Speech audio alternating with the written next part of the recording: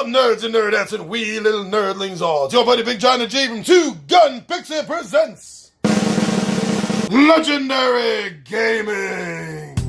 And yes, my friends, we're here to talk about Cthulhu Cthulhu. When I say we, I do not mean that dramatically about myself. I mean we, the 20-sided warriors.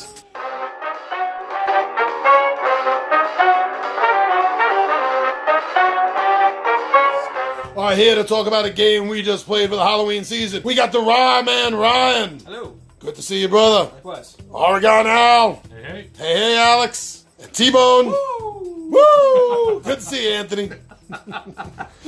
All right, so we played a couple of games today, but the last game we played, Cthulhu Cthulhu, actually surprised me. It's the first time we played it.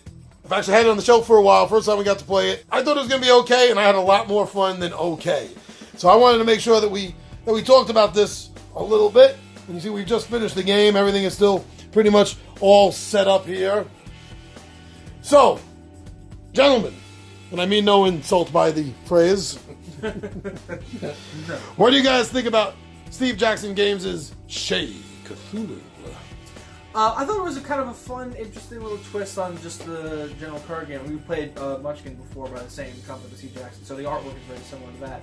But as far as gameplay, it's a bit of a departure as far as kind of card collecting and just trying to make sure you go through and get the victory points by the end of it. But yeah, it was a fun kind of take on the Cthulhu mythos kind of story. Instead of it being much more serious, much more grim kind of thing, everything's really goofy. It's supposed to be roommates living together, all trying to suck up to the elder gods and be like, oh yeah, well no, I'm the best cultist, and here's all the things that we're going through to get to that point. So like you're calling in friends and you're playing different item cards like pizza that has unspeakable horrors, as various like toppings that no man should ever eat, stuff like that, and just so there's been a fun little quirks and twists on that. Most of the other Cthulhu games, like you're trying not to go insane, but in this one, like going insane, going mad, actually has its benefits if you get enough of it. So it was a fun take. It's just kind of goofy to kind of go along with it. I enjoyed it. It was as John said, it was kind of a surprise. Like, oh, this is actually a lot of fun.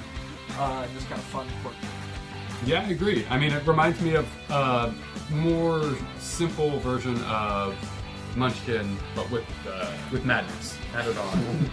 And as you were saying, it's interesting how madness, it goes from, if you have no madness, you have no minus points, goes up to -3, and then goes back to 0, and then when you get more madness from then on, you're getting points. So it makes for an alternate strategy. You mean when you go stark raving mad? So actually, that's what ended up winning Anthony the game. He went stark raving mad and then stole 6 madness from Ryan. From me, yeah. And are any of us surprised that he's the one that went stark raving mad?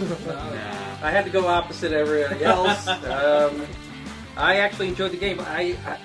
Me personally, I think I've played maybe one other Munchkin game ever. So I actually thought this was a Munchkin game because the artwork drew me in. I'm like, oh, it's a Munchkin game. So it had a little familiar feel to it. But like my two astute colleagues here were saying, it's actually very fun. It's a game that's right up my alley because it's no holds bar. You're not here to be friends with anybody. You're just trying to win the game, and there's no such thing as cooperation. I love it. I like the fact that going insane, like you were saying, actually can be beneficial. That's for me. That's the route I went. Everybody else is trying to collect tokens. What were they called again? Slack tokens. Slack, yeah. The Slack tokens. I'm like, well, I might as well just go the other way because I don't see myself collecting a lot of Slack tokens. But I thought it was fun. It's a good strategy game. Like I said, we always have a good group of people who are trying to win. They're not just trying to do some goofy moves for the sake of doing a goofy move. Yeah. So you're going to get a good amount of strategy with this game. I like that part. So, Ryan, if you were trying to sum up real fast to tell a friend why they should play this game, what would you say to them?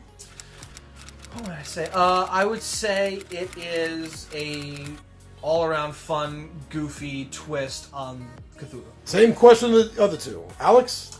It's a quick game that you can get down to the table pretty quick with people who, I wouldn't say it's casual, but I'd say it's kind of that next. It's a little bit more complicated than some gateway games, but it's in that ballpark. So if you want a competitive card game, it's a good one to get to the table with less experienced gamers.